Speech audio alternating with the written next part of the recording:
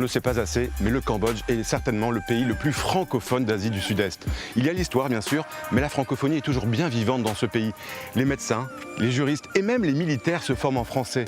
La plupart des ministres sont francophones et quand les membres de la famille royale du Cambodge échangent entre eux, ils le font en français. Ce sont toutes ces personnalités qui vont vous faire découvrir leur pays, leur culture et leurs traditions. Je vous emmène d'abord dans l'un des lieux les plus connus au monde, la cité d'Angkor, et c'est devant le temple d'Angkor Wat que nous partons en voyage en francophonie au Cambodge.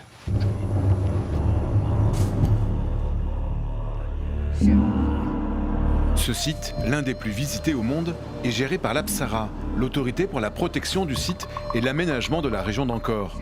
C'est une structure cambodgienne, mais très francophone. Une grande partie de leurs archives sont d'ailleurs en français. Pour comprendre cet héritage francophone, il y a une personnalité incontournable, c'est Keria Chaosun. Elle est conseillère auprès de l'Apsara. Bonjour Keria. Bonjour Yvan. Ça va? Ça va. Bienvenue à Angkor. Tu m'accueilles devant le site le plus célèbre de ton pays. Que représente ce site pour le Cambodge et les Cambodgiens?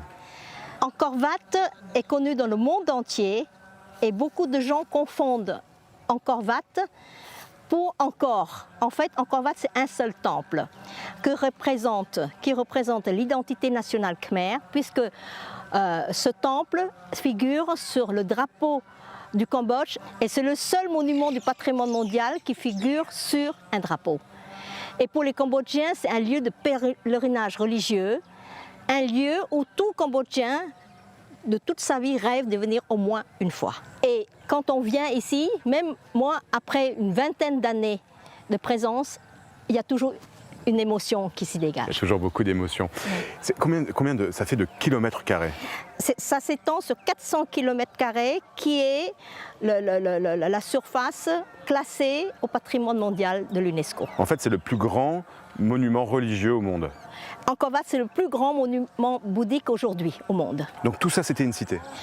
C'était plus qu'une cité, c'était la capitale du Cambodge du 9e au 15e siècle. Mais le temple d'Angkor Wat a toujours été vénéré et pris soin par les religieux comme par la population. Il y a une histoire de la présence française ici encore. La France, le protectorat a duré environ 90 ans.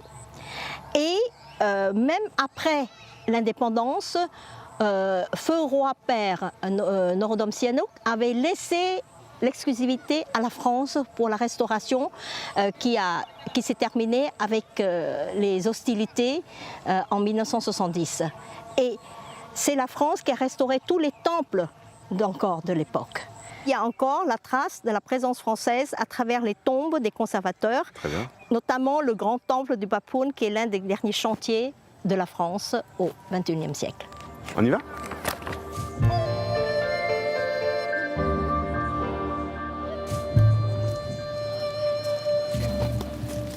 Ici, c'est la preuve de la présence française avec la tombe de Jean Comaille, qui était le premier conservateur d'Angkor, de l'école française Extrême-Orient. Voilà.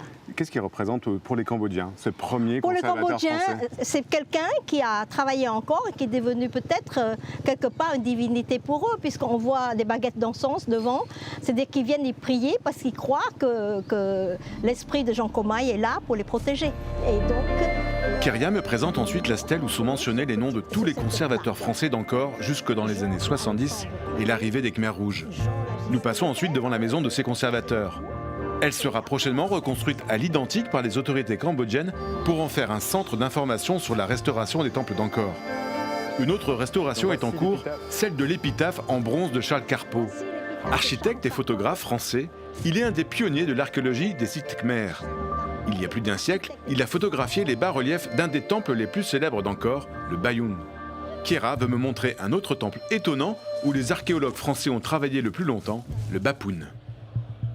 Donc Keria, encore c'est du sport. Hein.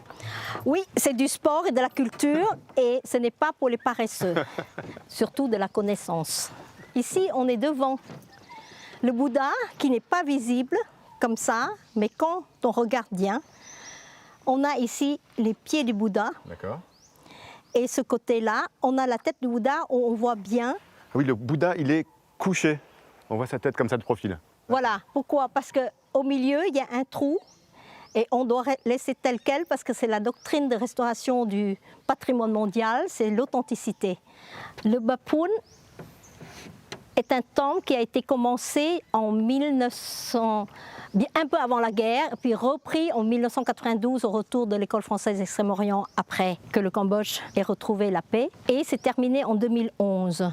Et après ça, l'école française d'Extrême-Orient aujourd'hui ne fait que de la recherche et ne restaure plus. Donc pour moi, c'est le plus grand chantier de la France du XXIe siècle. Ce temple a été restauré par Pascal Royer, jeune architecte qui est arrivé ici.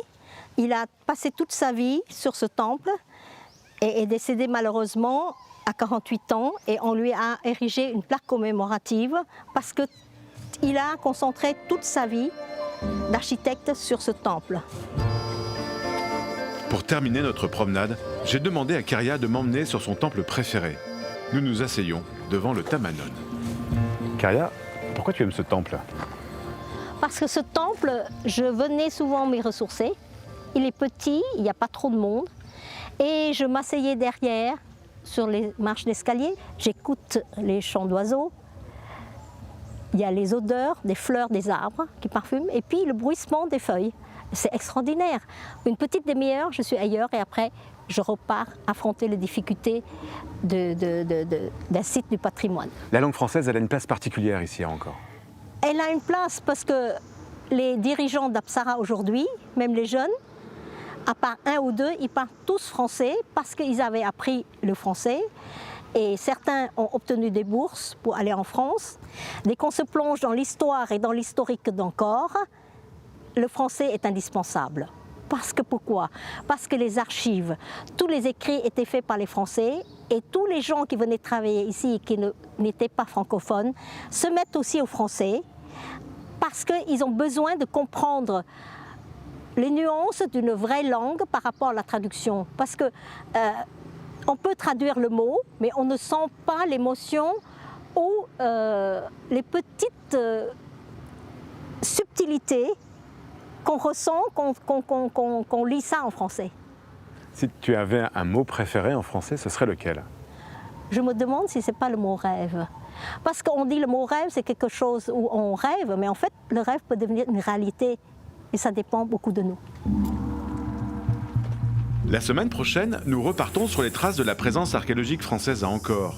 Une présence historique qui se poursuit aujourd'hui avec la restauration d'un temple magnifique sur l'un des plus beaux sites du monde.